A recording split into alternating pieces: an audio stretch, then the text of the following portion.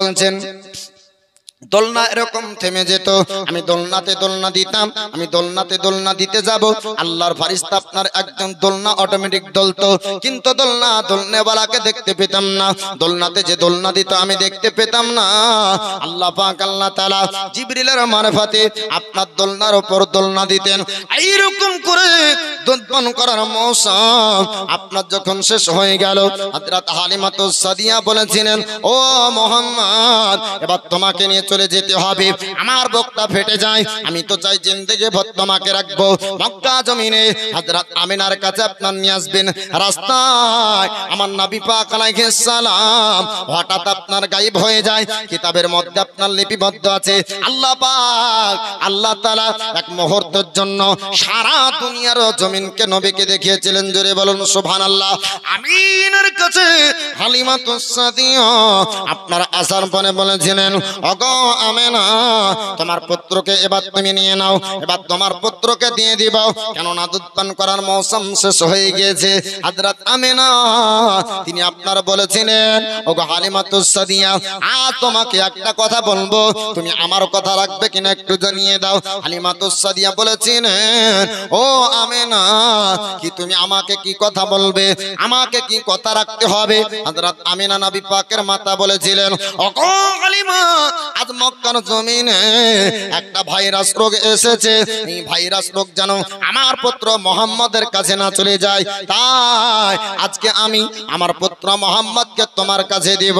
ওগো হালিমা, তুমি রাখবে কিনা একটু জানিয়ে দাও। হযরত হালিমাতুস সাদিয়া বলেছিলেন, আমিনা, আমি বড় খুশি, আমি তোমার বেটা তোমার পুত্র মুহাম্মদকে জিন্দেগি ভর রাখতে চাই। আল্লাহর পয়গম্বর দয়ার মুস্তাফা আল্লাহর হাবিবকে নিয়ে হালিমাতুস সাদিয়া আবার আপনার চলতে লাগলেন। আপনার যাওয়ার পরে আমার নবী পাককে রাখতে লাগলেন, লালন পালন করেন। এক নয় দুই নয়, আপনার 4 বছর বয়স যখন নবী পাকের হলো, আমার নবী পাক আলাইহিস সালাম বলেন, ওগো মা জননী, আজকে আপনাকে একটা কথা বলতে চাই, আজ আপনাকে একটা কথা বলবো। হালিমাতুস সাদিয়া বলেছিলেন, ওগো পুত্র মুহাম্মদ, বেটা তুমি কি কথা আমাকে বলবে, আমাকে কি কথা শোনাবে?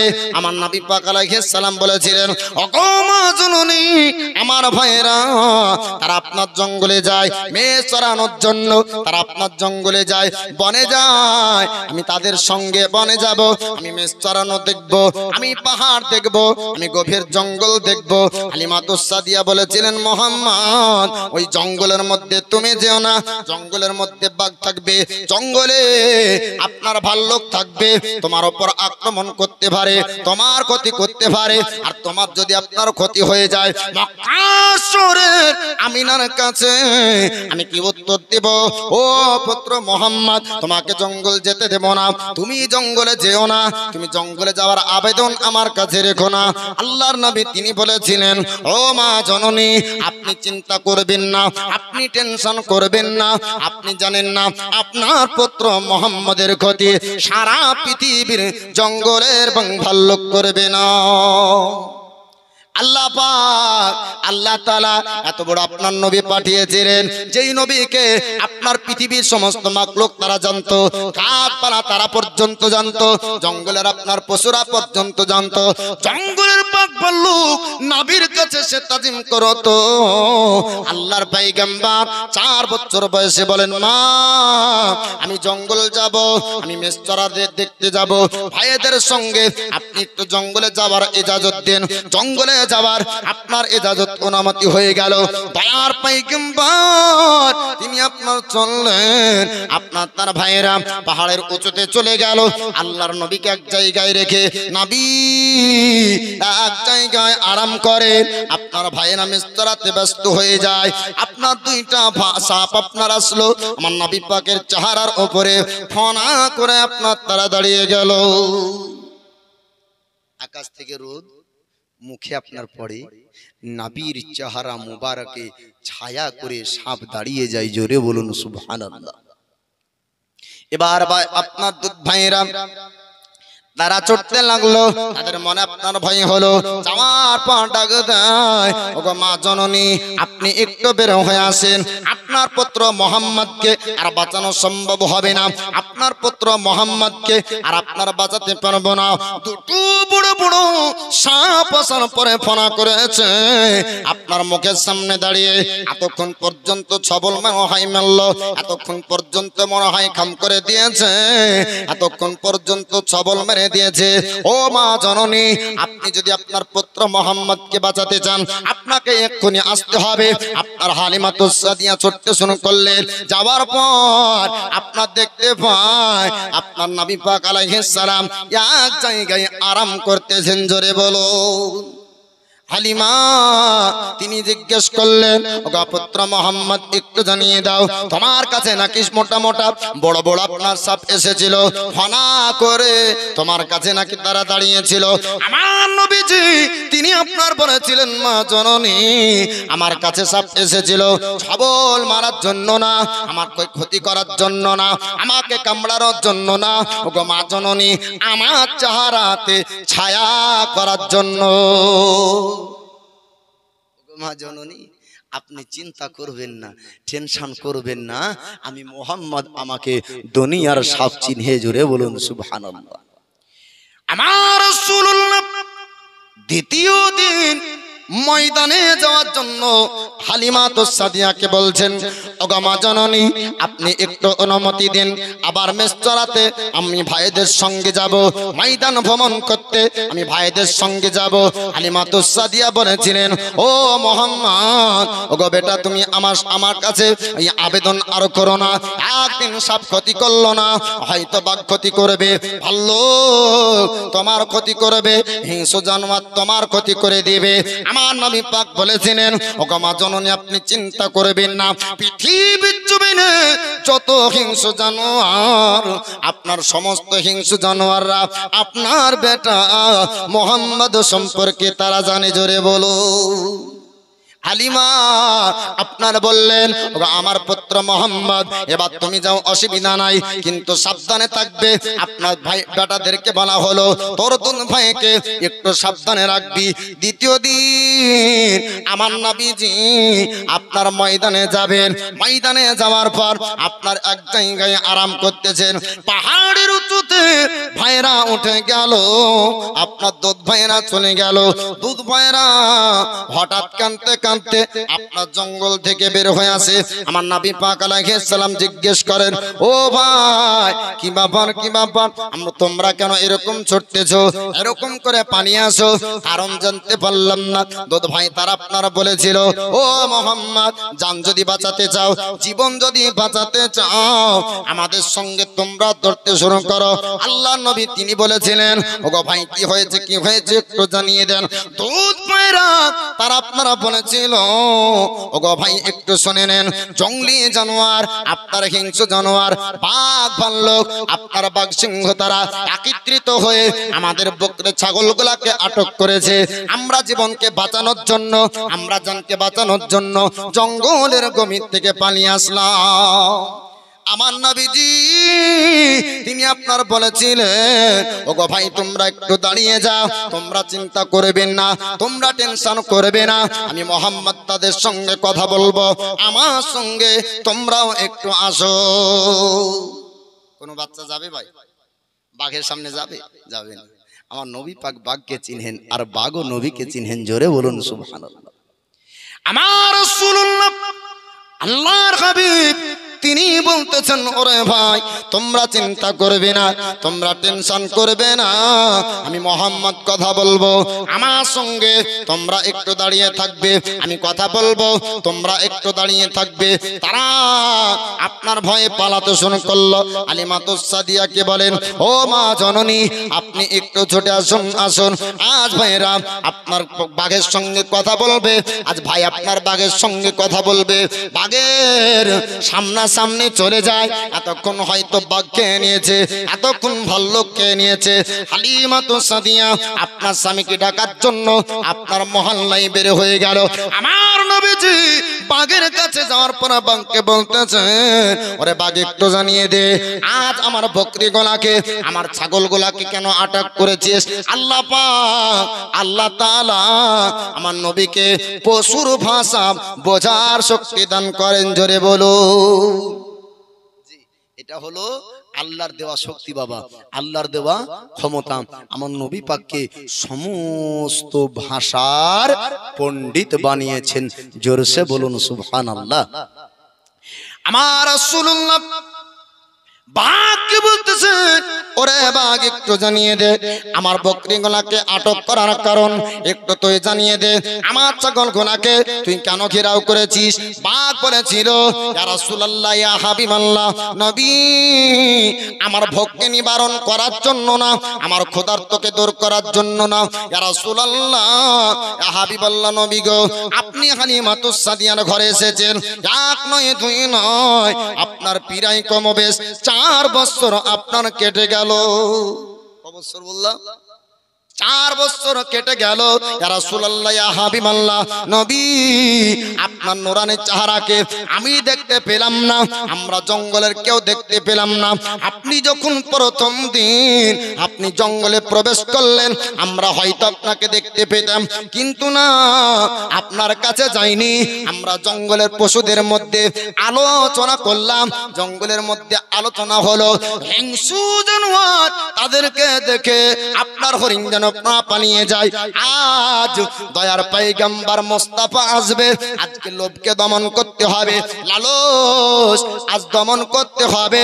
সমস্ত জঙ্গলি জানোয়ার পশুরা নবীর চেহারা দেখেছিল। আল্লাহ পাক, আল্লাহ তাআলা যখন আদম পয়গম্বরকে পৃথিবীর জমিনে আপনার পাঠিয়েছিলেন, আপনার হরিণ গিয়েছিল আদম পয়গম্বরকে দেখতে। আপনার হরিণ আসার পরে জঙ্গলে জান্নাতি খুশবু ছড়িয়ে দেয়। জোরে বলুন। হরিণ, তারা হরিণের পরিভাষায় জিজ্ঞেস করে, আজকে তোদের শরীর থেকে এত কেন খুশবু বের হয়? হরিণ বলেছিল, ওরে হরিণ তোরা শুনে নে, আজকে আল্লাহর পয়গম্বর, আল্লাহর নবী জান্নাত থেকে আপনার এসেছে।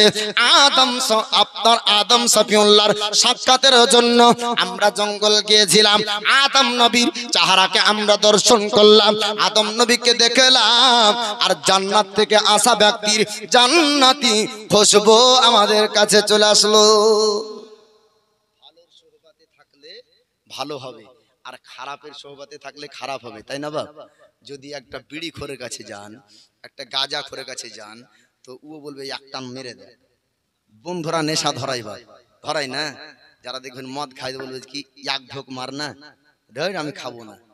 চেকিং করার জন্য যে তোরা যে খাস বোতল বোতল পার করেছিস, দেধিনি কেমন লাগে, তো দেধিনি কেমন লাগে বলে একদিন হলো, আর একদিন হলো, আর একদিন হলো, পরক্ষণে 6 মাস পর দেখা যায় যে একটু চেক করানোর লেগে দিয়েছিল সে ভালো হয়ে গিয়েছে, আর এ মাতাল হয়ে গেছে। যাকে চেক করালো পরক্ষণে দেখা যাবে এটাই মাতাল আর ওটাই ভালো। এরকম হয় না? হয়। তো যার সোহবতে থাকবেন, যার স্পর্শে থাকবেন, তার কাছ থেকে সেই রকমই গুণ পাওয়া যাবে, তাই না? ভালোর কাছ থেকে ভালো, খারাপের কাছ থেকে খারাপ।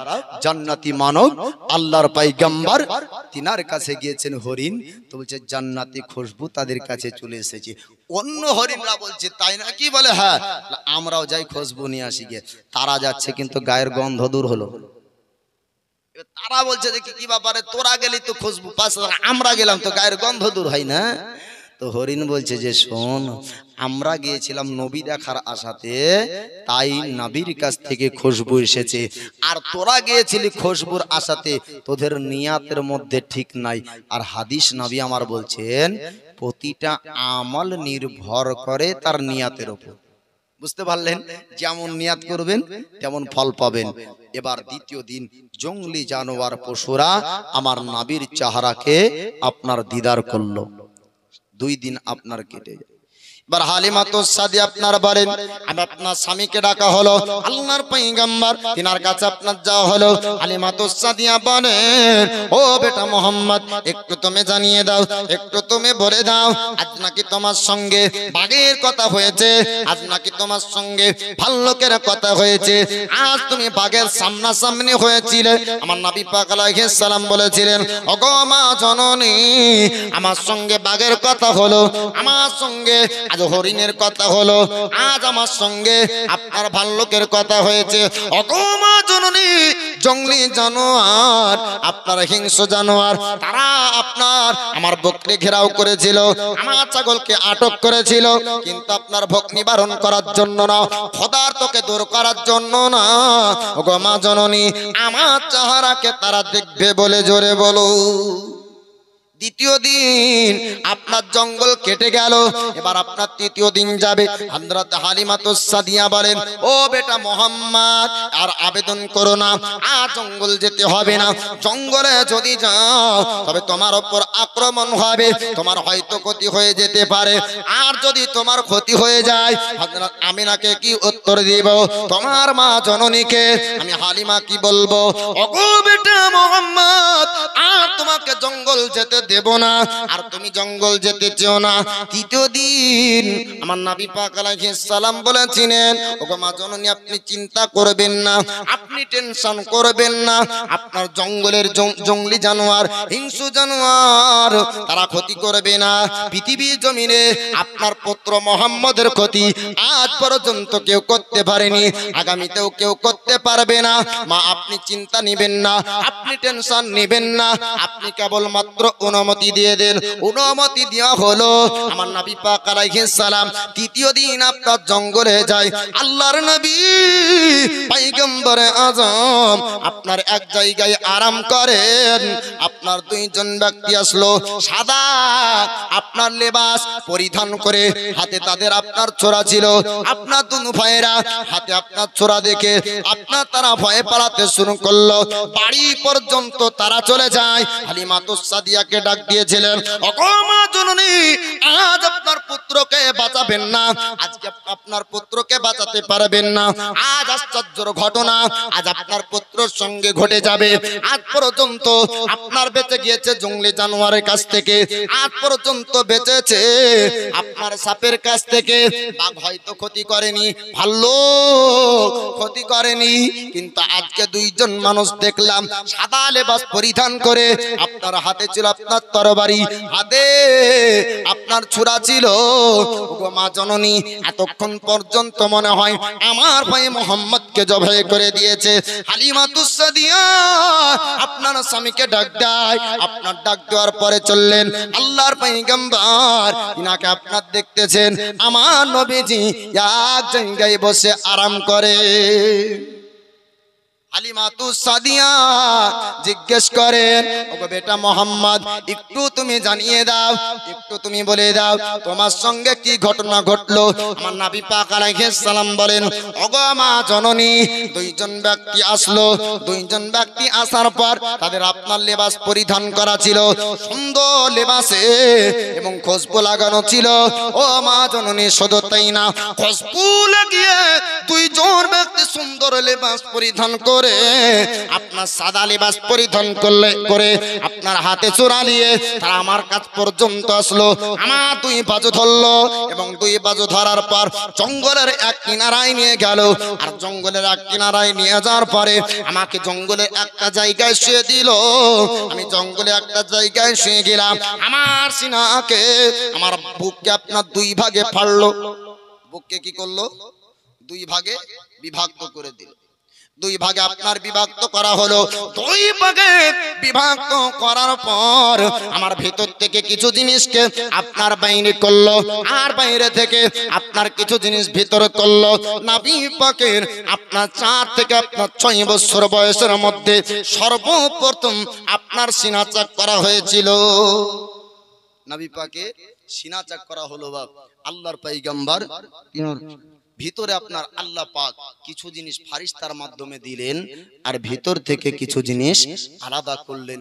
নাবিকে মহান আল্লাহ পাক পবিত্র বানিয়েছেন, জোরে বলুন সুবহানাল্লাহ। নাবিকে সবার থেকে আলাদা বানিয়েছেন।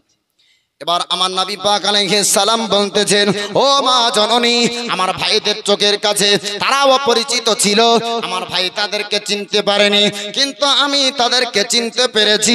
তারা পৃথিবীর কোন মানুষ ছিল না, তারা ছিল আল্লাহর ফেরেশতা, জোরে বলো আল্লাহ পাক। আল্লাহ তাআলা আপনার ফেরেশতাকে মানুষের রূপ দিয়ে আপনার পৃথিবীর জমিনে পাঠিয়েছিলেন। পৃথিবীর জমিনে তারা আপনারাই এসেছিল আল্লাহর হুকুমে সিনা চাক করতে। ওগো মা জননী, আমার সিনা চাক করলো, আমার সিনাকে দুই ভাগে আপনার তারা বিভক্ত করলো, দুই ভাগে আপনার কেটে দিল, কিন্তু পৃথিবীর জমিনে এক কাতরা রক্তর ফোঁটা পড়লো না।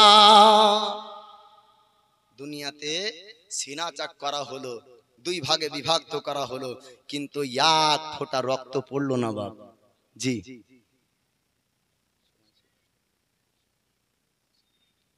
আচ্ছা ঠিক আছে।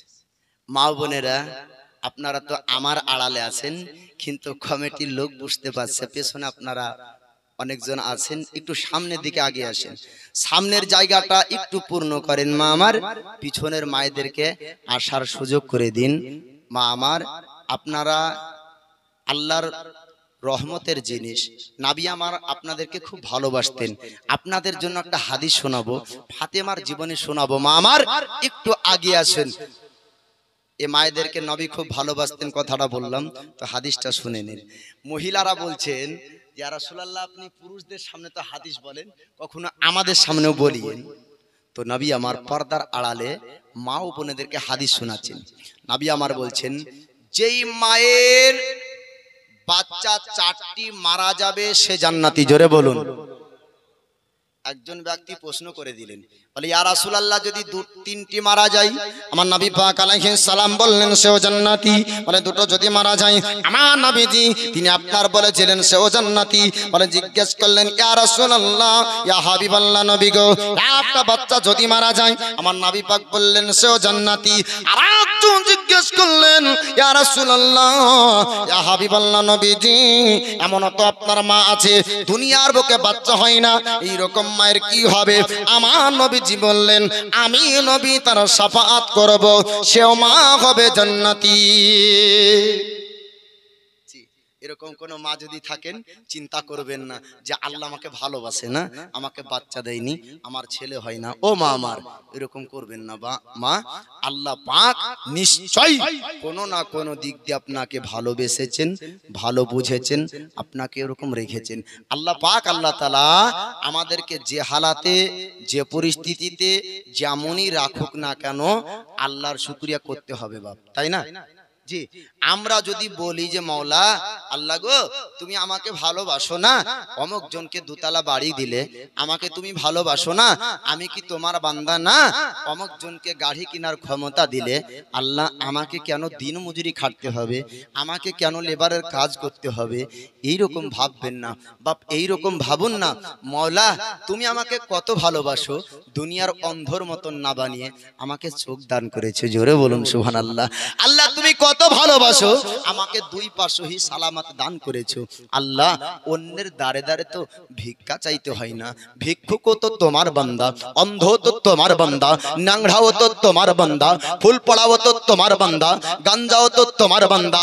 আয় আল্লাহ, তাদের মধ্যে না বানিয়ে আমাকে আমার মতন বানিয়েছো, তোমার লাখ শুকরিয়া, জোরে বলুন। জি, যে হালাতে রাখেন সেটাই ভালো। মামার একটু আগে আসেন। তো বলতেছিলাম, নাবির সিনা চাক করা হলো। আমার নাবি বলেন, আমার সিনাকে, আমার বুককে 2 ভাগে বিভক্ত করে দেওয়া হলো, কিন্তু দুনিয়ার জমিনে এক ফোঁটা রক্ত পড়লো না। আচ্ছা বলুন তো, মানুষের যদি হাত ফাড়া যায় রক্ত বের হবে কিনা? পা যদি ফাড়া যায় রক্ত বের হবে, গলা যদি কাটা যায় রক্ত বের হবে, সিনা যদি ফাড়া যায় রক্ত বের হবে।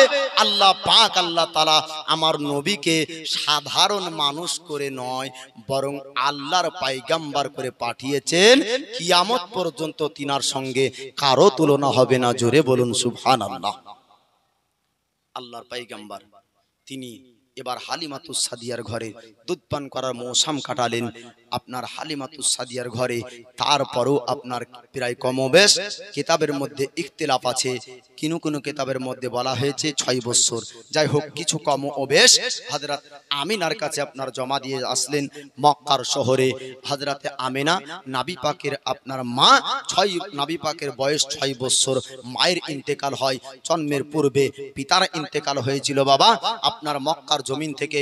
যখন আপনার মায়ের সঙ্গে মদিনা গিয়েছিলেন, আপনার নানা ওহাব বিন মান্নাব বলেছিল, ও মদিনাবাসী রে, আজ যদি সুন্দর মানবের চেহারাকে দেখতে চাও তবে আমার ঘরে আসো। মক্কার জমিন থেকে আসবে মোহাম্মদ, তার মতন সুন্দর মানব মদিনার বুকে নাই। জোরে বলুন সুবহানাল্লাহ। তো মদিনার বাচ্চারা পাহাড়ের উঁচুতে উঠে গিয়েছিল।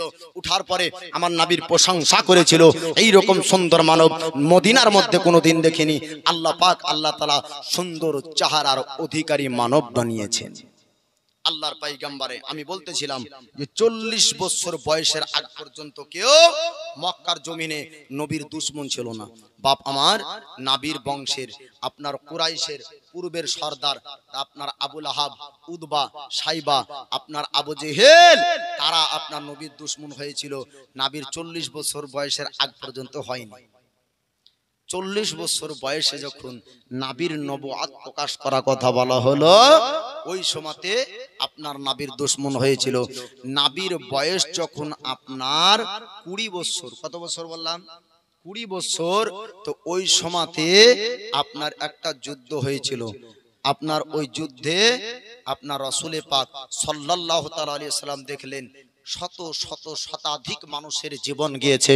আমার নবী পাক আলাইহিস সালাম একটা মায়দা করেছিলেন, একটা মীমাংসা করেছিলেন, সরদারে যেন যুদ্ধ না হয়ে যায়। আমার পূর্বের আপনার সম্মানী ব্যক্তি সাহেব বলতেছিলেন যে পূর্বে এক সরদারের দলের সঙ্গে আরেক সরদারের দলের যুদ্ধ হয়ে যেত, মানুষ কতল হয়ে যেত, মানুষ হত্যা হয়ে যেত। অশান্তি যখন যেই পরিস্থিতিতে চলছিল, আল্লাহ পাক নবীকে পাঠালেন নবীর মায়দাতে, নবীর মীমাংসাতে ঝামেলা দূর হয়ে গেল। নবী আমার বলেন, আমি এত খুশি হয়েছিলাম ওই মায়দাতে, যেই মায়দাতে এইরকম মীমাংসা হয়েছিল যে মক্কাতে আর কোন সরদারে যুদ্ধ হবে না। জোরে বলুন সুবহানাল্লাহ। নবী পাক আলাইহিস সালামের বয়স যখন আপনার 35 বছর, 40 বছর বয়সে তো নবুয়ত প্রচার করেছেন। নবীর জীবনী শেষ করা অসম্ভব। একটু ভূমিকাটা আপনাদেরকে বলে দিই ছোট্ট করে। আমি অধম গুনাহগার, আপনাদের এই রকম মানুষের দোয়াতে বাপ 5 রাত্রি 3 রাত্রি নবীরই জীবনী করেছি, অধম গুনাহগার আমি। তো আপনাদেরকে বলতে চাই 35 বছর বয়সে আমার রাসূল পাক সাল্লাল্লাহু তাআলা আলাইহি ওয়াসাল্লাম মক্কার কাবাকে, এই পবিত্র ঘরকে মেরামত করেছিলেন, সুন্দর করেছিলেন। তো ওই সময়তে বিভিন্ন সরদারেরা এসে একসঙ্গে সহযোগিতা করে কাজ করছে। এবার জান্নাতি পাথর হাজরে আসওয়াদ যখন লাগাবে, তখন এবার আবার দ্বন্দ্ব শুরু হয়ে গেল। নবী আমার বললেন, সুন্দর মায়দা হলো, সুন্দর মীমাংসা হলো, সরদারে আর ঝামেলা হবে না, আবার এই পাথর লাগানো নিয়ে ঝামেলা হয়ে যাবে। আল্লাহর পয়গম্বর আজম তিনি আপনার ওই সময়তে একটু চিন্তা করলেন, আল্লাহকে বলেছিলেন, মাবুদ গো, আর যেন ঝামেলা না হয় মক্কার জমিনে। আমি আর রক্ত দেখতে চাই না, আমি মক্কার জমিনকে শান্তি দেখতে চাই। আর সরদারে যেন আর ঝামেলা না হয়ে যায়। আল্লাহ পাক আল্লাহ তাআলা একজন ফেরেশতাকে আপনার পাঠিয়েছে, মানবের রূপ ধারণ করে আপনার একজন ব্যক্তি আসলো, বুড়া মানুষের রূপ ধারণ করে আপনার ওই ব্যক্তি আসলো। আসার পরে আপনার সরদারদের মধ্যে বলেছিল, ও সরদারেরা, তোমরা কিসের জন্য ঝামেলা করো? এক অপরের মধ্যে তোমাদের তর্ক কেন লেগে যায়? এক অপরের সঙ্গে তোমাদের ঝগড়া কেন হয়ে যায়? সরদার বলল, ও অপরিচিত ব্যক্তি, তুমি শোনে না, আজকে সবাই মিলে আমরা কাবার মেরামত করলাম, আজকে পবিত্র ঘর কাবার আমরা যত্ন করলাম, কাবাকে সুন্দর বানালাম। এই পবিত্র ঘর কাবাতে আজ একটা জান্নাতি পাথর লাগাতে হবে, আর পাথর যাচ্ছে সরদার লাগিয়ে দিবে, ওই সরদারের ইজ্জত সম্মান বেড়ে যাবে। ইতিহাসের খাতাতে আপনার নামটা লেখা হবে, অমুক আপনার সরদার পবিত্র ঘর কাবাতে জান্নাতি পাথর লাগিয়েছিল। লেখা হবে কিনা? সরদার এক অপরের মধ্যে বলা বলে যখন করলো, আপনার আল্লাহর ফেরেশতা আপনার বলেছিলেন, ও সরদারেরা তোমরা চিন্তা করো না, তোমরা টেনশন করো না, আজকে একটা মীমাংসা করে দিব, আজ একটা পরামর্শ দিব, আমার পরামর্শ অনুযায়ী যদি কাজ করো তোমাদেরকে চিন্তা করতে হবে না। বলে কি পরামর্শ দিতে চান? বলে সমস্ত সরদারেরা তারা তো আপন আপন দাবি করছে, আমি লাগাবো পাথরটা, অন্য আরেক সরদার বলে আমি লাগাবো পাথরটা। আল্লাহর ফেরেশতা আপনার তিনি বলেছিলেন, ও মক্কার জমিনের সরদারেরা তোমরা শুনি নাও, পবিত্র ঘর কাবার উপরে আপনার জান্নাতি পাথর লাগাবে ও ব্যক্তি আগামীকাল আপনার শুভে সাদিকে, আগামীকাল সকাল বেলাতে মক্কার জমিনের চাতালে যে ব্যক্তি সর্বপ্রথম আসতে পারবে ওই ব্যক্তি জান্নাতি পাথর আপনার লাগাবে। পুরো মক্কার সমস্ত সরদাররা আপনার এক বাক্য আপনার মেনে নিল। আল্লাহর পয়গম্বর তিনি আপনার কি করলেন? সমস্ত সরদারেরা রাত্রি আপনার ঘুমিয়ে গেল। আল্লাহর নবীজি সারা রাত্রি আল্লাহ তাসবিহ করতেছিলেন, জোরে বলো। রাত আপনার কেটে গেল, সুবহে আপনার স্বাধীন হবে। মক্কার সরদারেরা আপনার কাবার কাছে আসলো, আসার পর দেখতে পায় আমার রাসূলুল্লাহ সবার আগে আসে দাঁড়িয়ে। কোন সরদার আসতে পারেনি, আমার নবী পাক এসে দাঁড়িয়ে আছেন। বাবা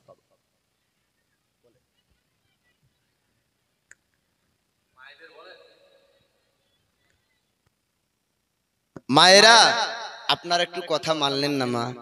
ও আমার সোনারা, মায়েরা, খালারা, বোনেরা একটু আসেন না, চিৎকার করবেন না মা আমার, হল্লা করবেন না, চেঁচাবেন না মা। আপনাদের আওয়াজকে একটু নিচে রাখতে হবে।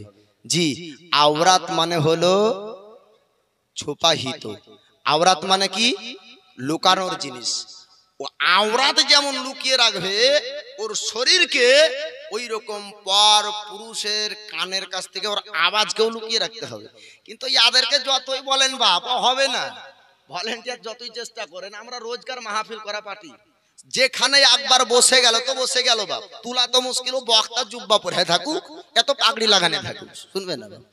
তারপরও বলছি মা আমার একটু আপনারা আগিয়ে আসেন না, আপনাদের ঘটনা এবার হবে, আপনারা শুনতে পাবেন, একটু আগে আসেন। আমি এই কথাটা বলে দিই যে আমার নবী পাকের কেমন চরিত্র, আখলাক চরিত্রের ব্যবহারে মক্কার মানুষ ইসলাম ধর্ম গ্রহণ করেছিল। আমাদেরকে একটা মিথ্যা অপবাদ দেওয়া হয়েছে যে মুসলমান ক্ষমতার শক্তিতে, ক্ষমতার বলে মক্কা জয় করেছিল। ভুল কথা, ক্ষমতার শক্তিতে নয় বরং ভালোবাসার শক্তিতে। জোরে বলুন সুবহানাল্লাহ। আমার রাসূলুল্লাহ আপনার মক্কার জমিনে আপনার কাবার চত্বরে আমার নবী পাক আপনার দাঁড়িয়েছিলেন। মক্কার সরদার তারা গেল, আপনার যাওয়ার পরে দেখতেছে আমার নবী পাককে তারা দেখতে পেল। মক্কার সরদারেরা তারা চিন্তায় পড়ে গেল, মুহাম্মদ কি করে আগে চলে আসে, মুহাম্মদ কি করে চলে আসলো। এবার কুরাইশের সম্মান বেড়ে যাবে, কুরাইশের আপনার ইজ্জত বেড়ে যাবে। আপনার সরদারেরা আমার রাসূল আপনার বলেছিলেন, ও মক্কার সরদারেরা তোমরা চিন্তা করো না, টেনশন করো না, আমি মুহাম্মদ আমি কি করব তোমরা একটু দেখতে থাকো। আমার মীমাংসাতে তোমরা সন্তুষ্ট হবে, আমার কাছে তোমরা সন্তুষ্ট হয়ে যাবে। আপনার মক্কার সন্তানদেরকে আমার নবী পাক আলাইহিস সালাম একটু আপনার থামিয়ে দিলেন, আপনার একটু দাঁড়িয়ে দিলেন। আমার নবীজি তিনি জান্নাতি পাথরকে একটা চাদরের উপর উঠালেন। আল্লাহ নবী বলেছিলেন, ও মক্কার সরদারেরা তোমরা সবাই আসো, একসঙ্গে চাদরের উপর হাত রাখো, সবাই একই সঙ্গে চাদর ধরো, আর আপনার কাবার উপরে জান্নাতি পাথরকে চাপিয়ে দাও। একই সঙ্গে সবার চাপানো হবে, কারো ইজ্জত সম্মানের ছোট বড় হবে না। আমার নবী বললেন, ওগো সরদারেরা আমি যদি একা চাপিয়ে দিই কুরাইশের সম্মান বাড়বে, তোমরা চিন্তা করো না, আমি নবী এমন একটা করব সবার ইজ্জত সবার সম্মান বাড়াবার থাকবে। বলে কি করে? একটা চাদরের উপর পাথরকে রাখলেন। হে সরদারেরা প্রতিটা খানদান থেকে একজন করে সরদার আসো আর চাদরের উপর হাত রাখো। একই সঙ্গে কাবার উপর জান্নাতি পাথর বসালেন আর সমস্ত সরদারদের ঝামেলার মীমাংসা করলেন দয়ার পয়গম্বর মুস্তাফা। জোরে বলুন সুবহানাল্লাহ। আল্লাহর পয়গম্বরকে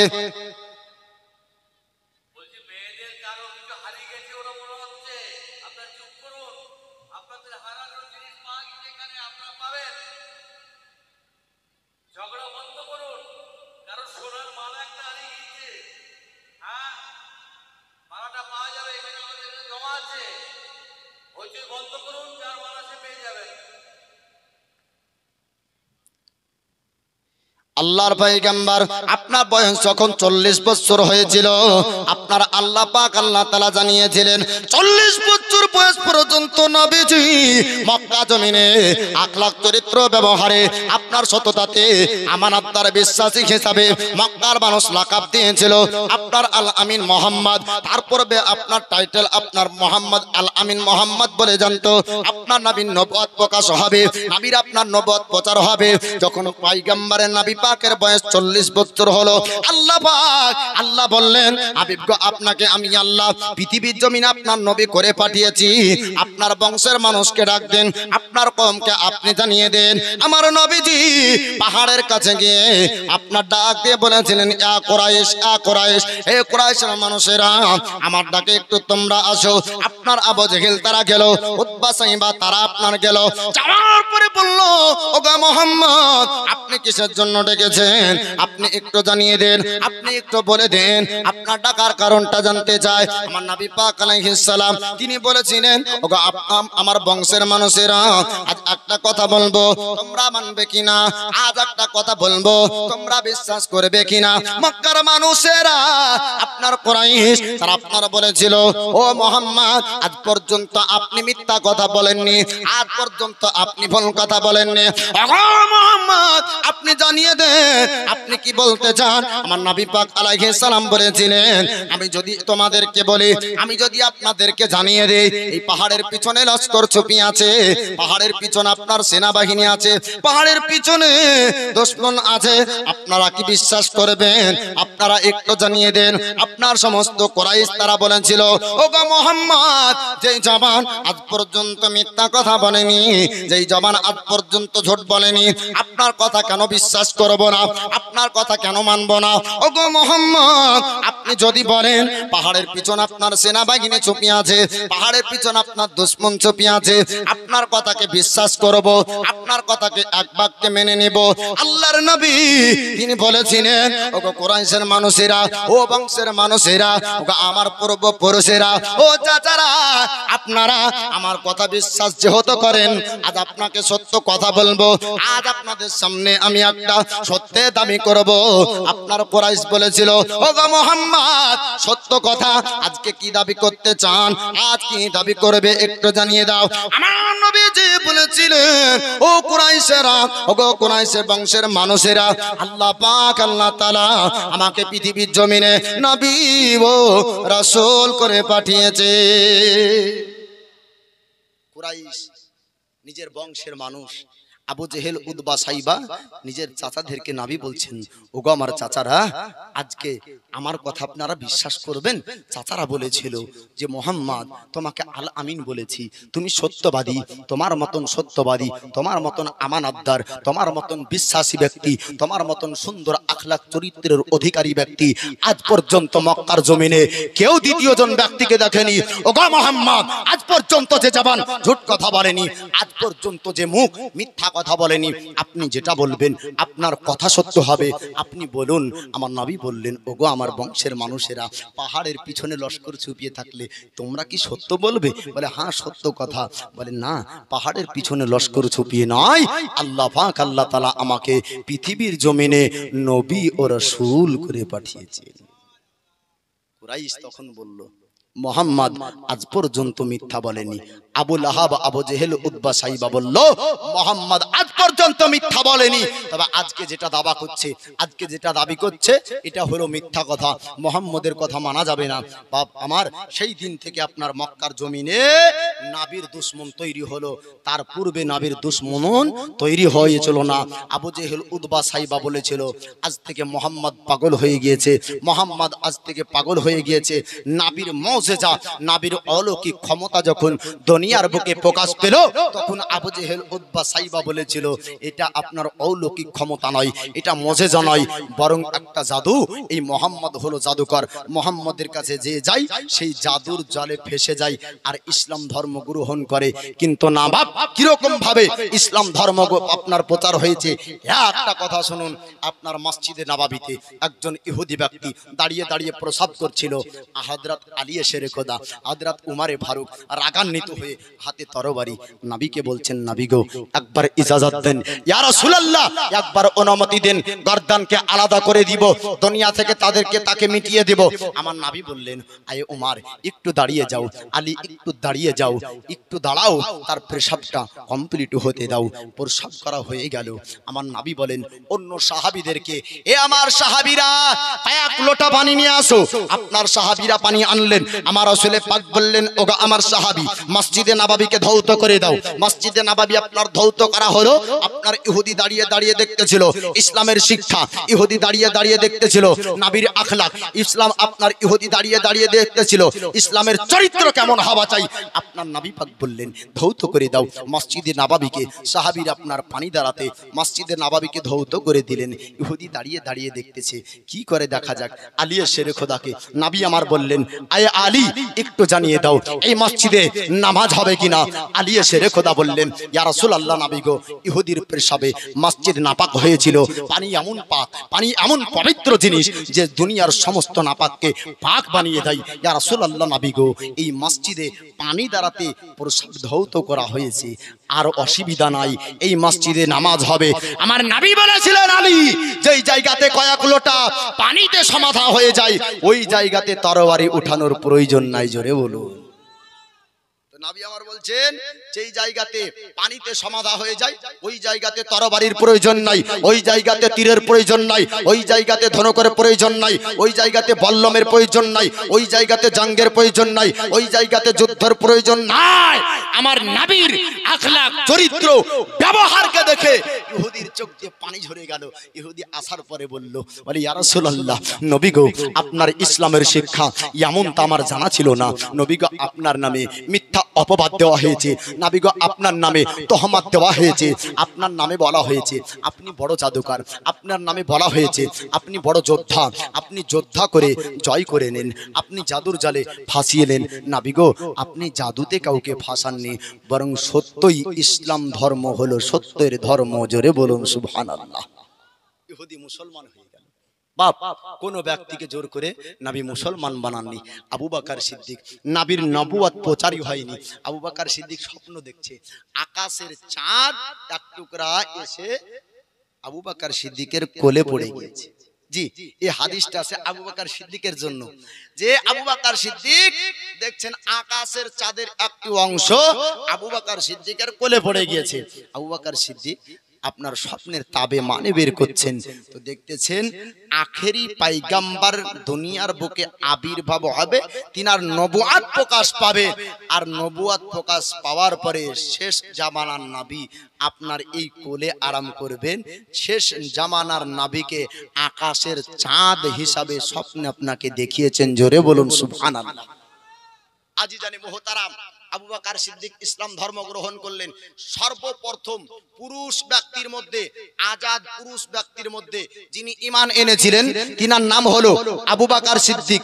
আপনার যিনি সর্বপ্রথম মহিলা ঈমান এনেছিলেন তিনার নাম হলো হযরত খাদিজাতুল কুবরা। আপনার গোলামের মধ্যে সর্বপ্রথম যিনি ঈমান এনেছিলেন তিনার নাম হলো যায়েদ বিন হারিস। আর বাল্যকের মধ্যে সর্বপ্রথম ছোটদের মধ্যে যিনি ঈমান এনেছিলেন তিনি হচ্ছেন আলী শেরে খোদা মুশকিল কুশা। এবার মা বোনেদের ঘটনা একটু শোনাতে হবে, নাহলে খুব রাগ করবে। কমিটিরাই আবেদন করেছে যে মা ফাতেমার কথা একটু শোনায়েন। জি আপনাদেরকে বলবো আমরা সবাই সাংসারিক মানুষ না বাপ। জি আমরা কেউ আপনার শ্বশুর এসেছেন, কেউ আপনার বাপ এসেছেন, কেউ আপনার ভাই এসেছেন, কেউ আপনার বেটা এসেছেন। মানে আমার ভাষাটা বুঝতে পারছেন তো? কেউ তো বেটার বিয়ে দিয়েছেন তো শ্বশুর হয়েছেন, কেউ এখনো বিয়ে করেননি, কারো বেটা হিসাবে তো আছেন। তো আজকে সংসার জীবন যাপনের কথা এবং আপনাদেরকে শোনাবো আলী ও ফাতেমার একটু জীবন কাহিনী। একবার দরুদ শরীফ পড়েন তো, আল্লাহুম্মা